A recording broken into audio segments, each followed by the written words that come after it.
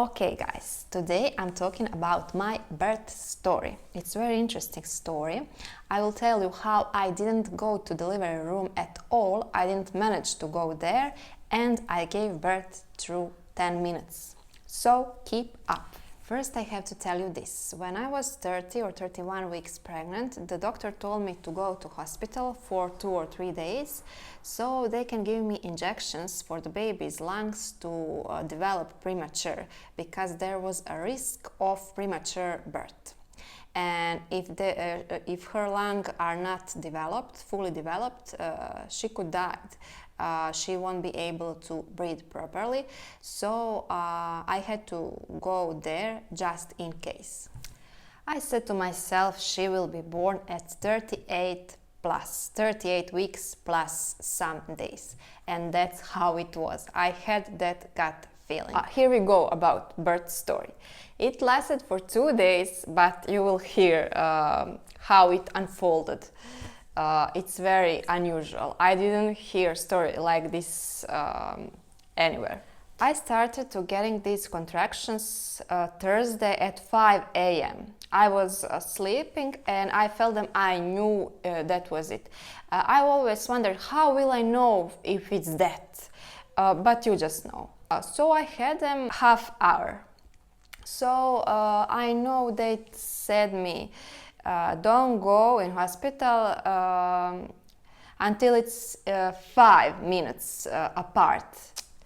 I didn't talk about this in Croatian, and I feel more comfortable to say it in English. I don't know why. It was apart, and not all day.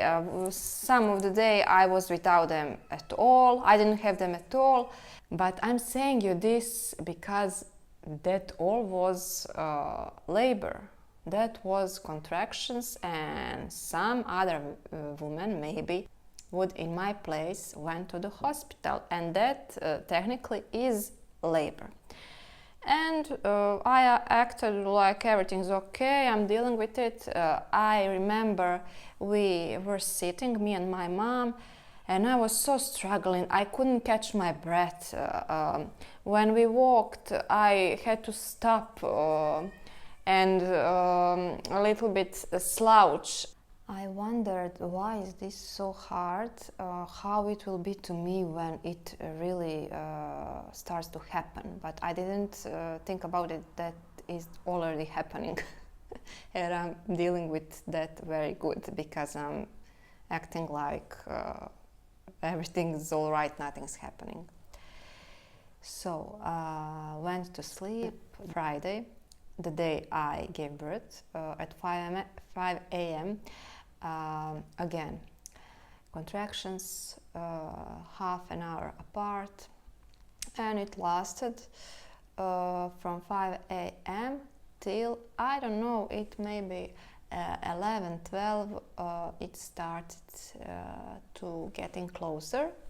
Contractions around, I don't know, it was, I'm looking at the watch to remember. It was, I think, 1 or 2 p.m.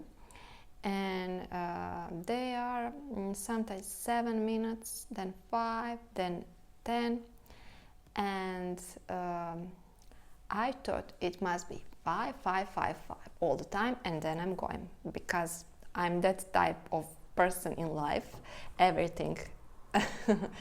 But it doesn't go like that. I was very, very close, and when I later thought about that, it was dangerous, because I could do it. It happened like this, and I could do it here in the flat or in the car or on the street, and it turned out everything perfectly. But next time, if there is next time, I wouldn't do that. But I didn't do that on purpose. I just wasn't aware of what will happen. So because they said 5 minutes, wait 5 minutes, and then you go to hospital and it will last hours and hours. But that wasn't the case for me, because my baby was so low, and there was a risk of premature birthing, so everything was speeding up I went to the hospital. It was 2:30 p.m. They started to check in me pulse, I don't know how you say, pressure, I think it's pressure, and all that usual things, nothing much. Then finally the doctor checked and said it will start slowly in an hour. And at 4 o'clock, 4:10, it was all over. So no hours, starting slowly, what he said. I just, from 2:30 to 4, I mostly waited. They started to prepare me. I wasn't in the delivery room yet, and I wasn't at all. I was in the, I don't know how to say it, but we have a room that's like pre-delivery room, where they check baby's pulse through CTG, and you walk there and wait. And I did it, but walking to me was very, very hard. And I was sweating. I didn't understand what's happening. It's already too hard. But people, it was end. It was 15 minutes from the end of all of it. That's why it was hard. I was talking on the phone, I was texting, and then it got very bad for me. I couldn't stand. There was no chair or something. I couldn't stand. And I decided to lay down on the what was that kind of bed where they do CTG. It's not a bed, I don't know what it is. And just I lay down like this just to get a little bit of relief. And my mobile was next to me. I was texting and waiting, and no one was around me. Laying down, and suddenly the enormous pressure from my head to body. I can explain that like my brain is going to explode. An instinct to push, but it's not like I know I must push and now I push. It was just like one enormous push, spontaneous, that had nothing to do with my free will. That was body doing. I didn't expect this. I didn't know it will be like this. And that was start of giving birth, actually. And when I had this pressure, one long push pressure on my hip, on my side, the water broke. I knew it broke because that what happened, and then phew, I can feel water. And I called sister, but I can speak because of that. And there she was somewhere, and she said what, because she probably thought I want something, or I don't know.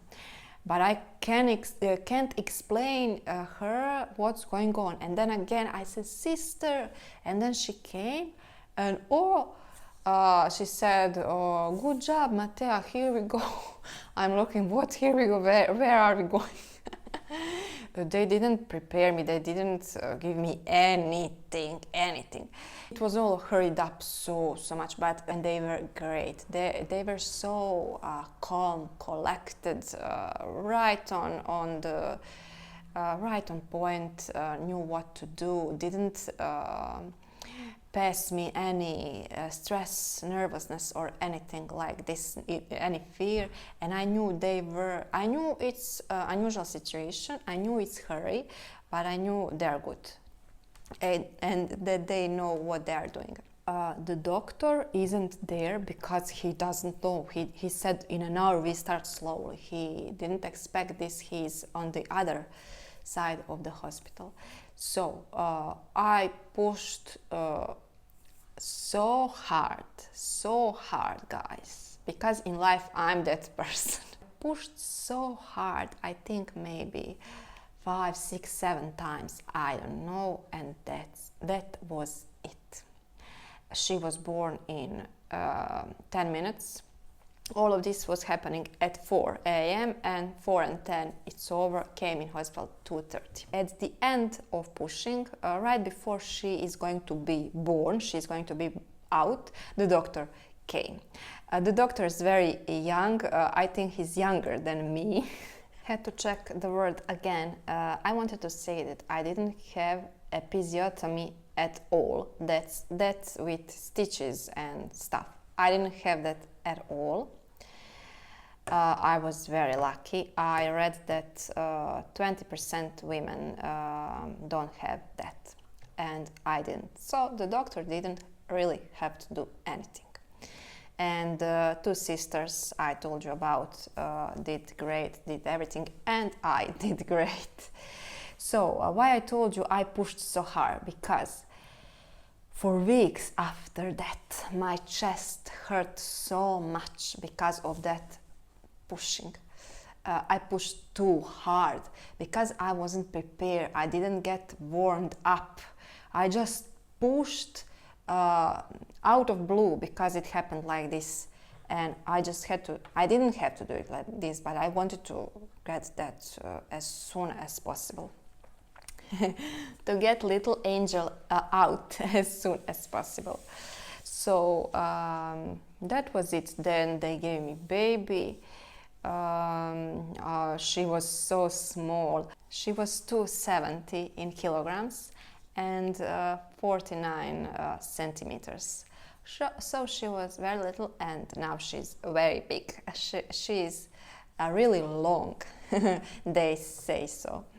I gave birth at 38 plus 6 weeks and days, 1 week early.